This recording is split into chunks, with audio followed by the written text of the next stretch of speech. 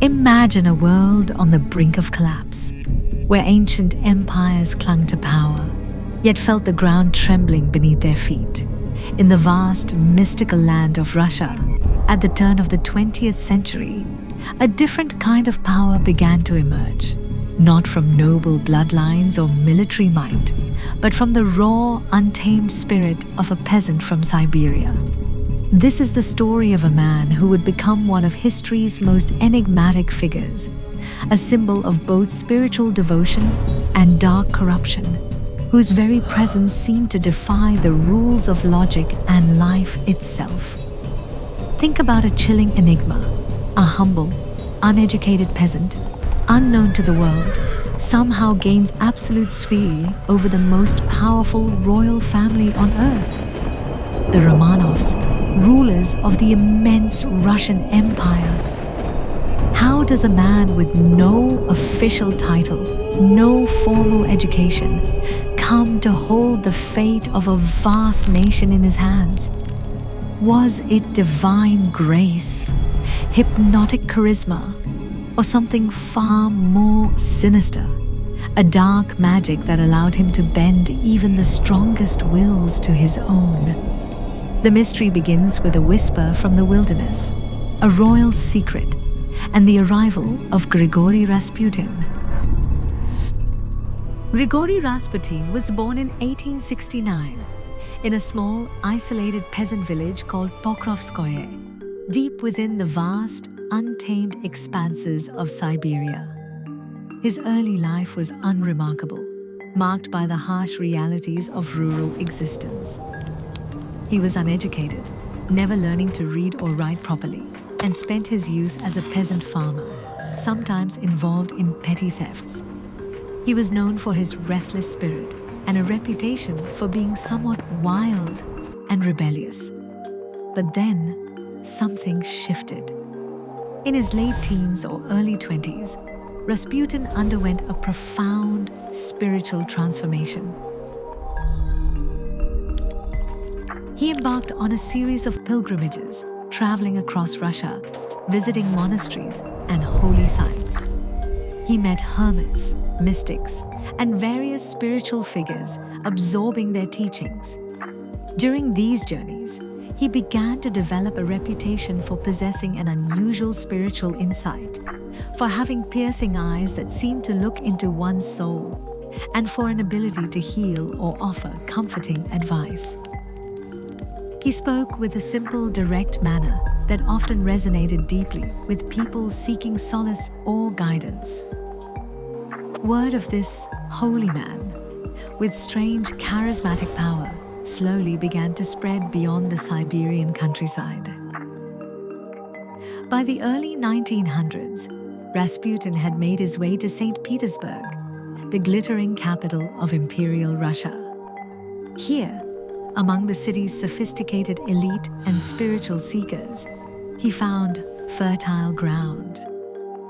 Many members of the aristocracy, disillusioned with traditional religion and drawn to mysticism, became fascinated by this unkempt peasant who spoke with such raw spiritual authority.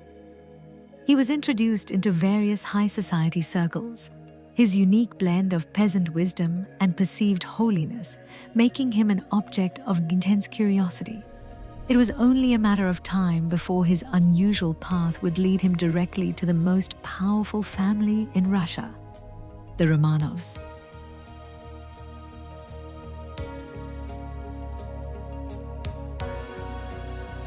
The path to the Romanovs was not a direct one for Rasputin.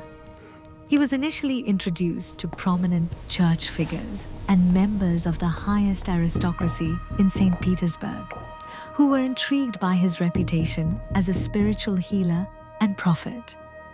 These connections eventually led him to the imperial court in 1905, where he first met Tsar Nicholas II and Empress Alexandra.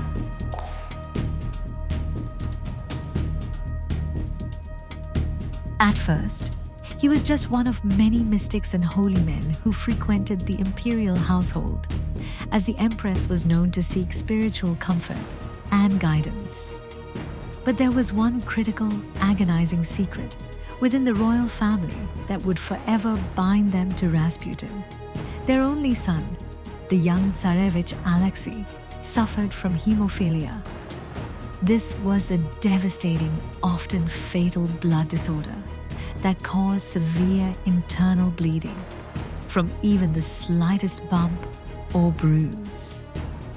The finest doctors of the empire seemed helpless to ease the boy's suffering or stop the terrifying bleeding episodes. It was during one of Alexei's most severe crises, when traditional medicine had failed and the boy seemed on the verge of death, that Rasputin was summoned to the palace. What transpired next baffled doctors and forever changed the course of Russian history. Rasputin spent time with the Tsarevich, perhaps speaking calmly to him, praying over him, or simply exuding a powerful, soothing presence. Miraculously, the bleeding often stopped, and Alexei's condition would improve. The Empress, distraught and desperate to save her son, became utterly convinced that Rasputin possessed divine powers, that he was God's messenger sent to save their precious heir. From that moment on, Rasputin's influence within the imperial family grew immensely. Empress Alexandra came to rely on him absolutely, not just for Alexei's health, but for spiritual guidance and even political advice. He became her holy man, her direct line to the divine. His presence in the palace was constant, his word often taking precedence over that of doctors, ministers, and even the Tsar's own advisors. This created a highly unusual and increasingly dangerous situation at the very heart of the Russian Empire.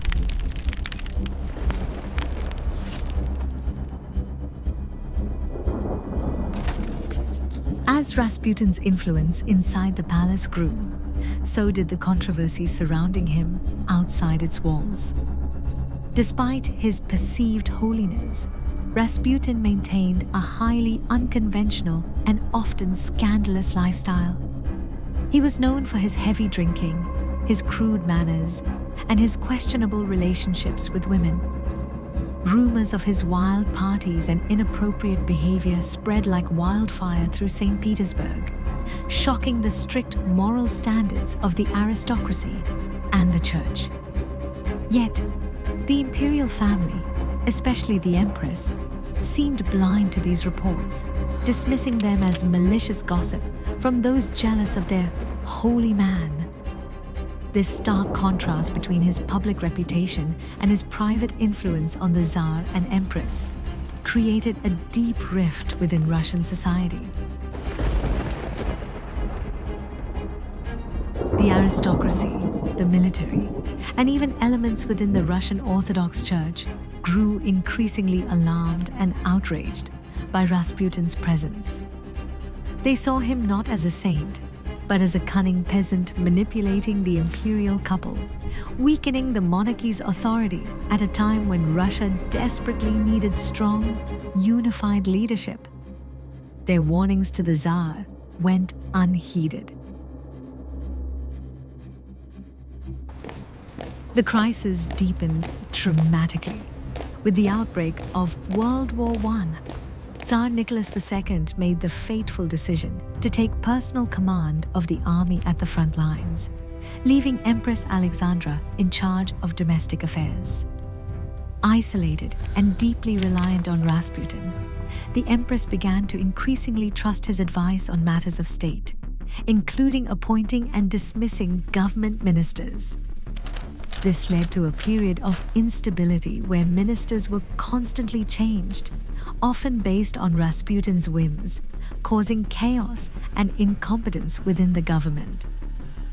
Rasputin's involvement in politics, combined with his scandalous personal life, became a potent symbol of the monarchy's decay.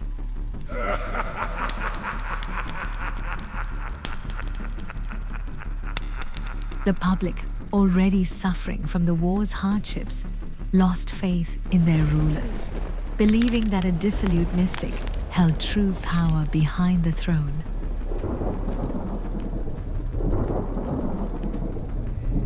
Whispers turned into shouts.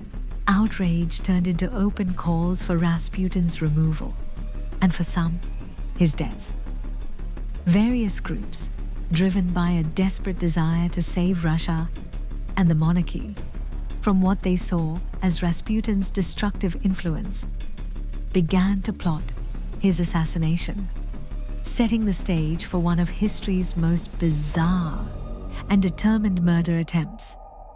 The plots against Rasputin intensified as 1916 drew to a close. A desperate group of high-ranking noblemen, including Prince Felix Yusupov, a wealthy and charismatic young aristocrat, Vladimir Purishkevich, a right-wing politician, and Grand Duke Dmitry Pavlovich, a cousin of the Tsar, believed that only Rasputin's death could save Russia from ruin. They planned a meticulous assassination, aiming to make it look like a quiet disappearance. On the night of December 29, 1916, Prince Yusupov invited Rasputin to his palace, luring him with promises of meeting beautiful noblewomen. Rasputin, perhaps unsuspecting or overconfident, arrived. The conspirators' plan was to poison him first. They offered him cakes and wine laced with massive doses of cyanide, enough to kill several men. Rasputin ate the cakes, drank the wine, and to the conspirators' utter horror, showed no ill effects. He even asked for more wine. More wine. Stunned by his apparent immunity to the poison, Yusupov, in a desperate panic, retrieved a revolver and shot Rasputin in the back. Rasputin collapsed, seemingly dead. The conspirators left the room, relieved. But when Yusupov returned a short while later to check, Rasputin suddenly sprang up, eyes wide and terrifying, and lunged at him, muttering curses. This was a moment of sheer terror for Yusupov, who thought he was dealing with a supernatural being. Rasputin then stumbled out into the palace courtyard, attempting to escape into the snowy night. Purishkevich, hearing the commotion, fired 4 more shots at him. 2 hit, 1 in the head. Rasputin finally fell, but incredibly, he was still moving. The conspirators then tied him up, wrapped him in a carpet, and drove him to the Neva River. They pushed him through a hole in the ice into the freezing waters. Days later, Rasputin's body was recovered from the river. The autopsy revealed a shocking truth. He had not died from the poison or the multiple gunshot wounds. Instead, water in his lungs confirmed that the unkillable monk had ultimately died by drowning. The sheer difficulty in ending his life and his astonishing resilience against such overwhelming attacks only cemented his legend as a man of dark, mysterious powers. A true enigma that defied medical explanation and fueled the belief in his sorcerous nature. News of Rasputin's death, once it became public, was met with a mixture of relief and grim satisfaction by many in Russia, who saw it as the removal of a destructive influence. Yet, for the imperial family, especially Empress Alexandra, his demise was a shattering blow. She was utterly devastated, having lost her holy man, the one person she believed could save her son and guide Russia through its turmoil. The Tsar himself noted in his diary that he found Rasputin's death sad. Ironically, the assassination, intended to save the monarchy, only hastened its downfall. With Rasputin gone, the last, albeit controversial, source of spiritual guidance for the empress disappeared, leaving her even more isolated and unstable. The political chaos he had contributed to continued, now without the focus of a common enemy. Just a few short weeks after his death, the February Revolution of 1917 erupted, leading to the forced abdication of Tsar Nicholas II and the ultimate end of the centuries-old Romanov dynasty. The imperial family themselves would meet a brutal end just over a year later, a fate that some claim Rasputin had, chillingly, even predicted. Even after his death, Rasputin's legend kept growing. The strange things about his life and how he seemed to survive against all odds made him one of the most talked about figures in history. His life and death show us how one person, from a simple background, can leave a huge and confusing mark on history, making it hard to tell the difference between what's real and what's unexplainable. Ultimately, the mystery of Grigori Rasputin forces us to confront a chilling possibility that some truths are simply too strange or too dark to ever be fully understood.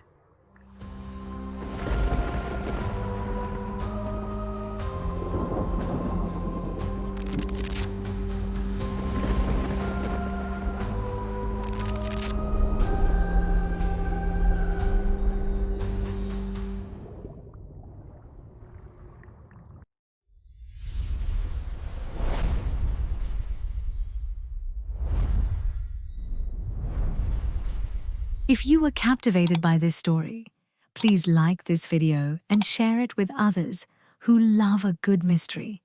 And don't forget to subscribe to Cinematic Dark Tales so you never miss our next video.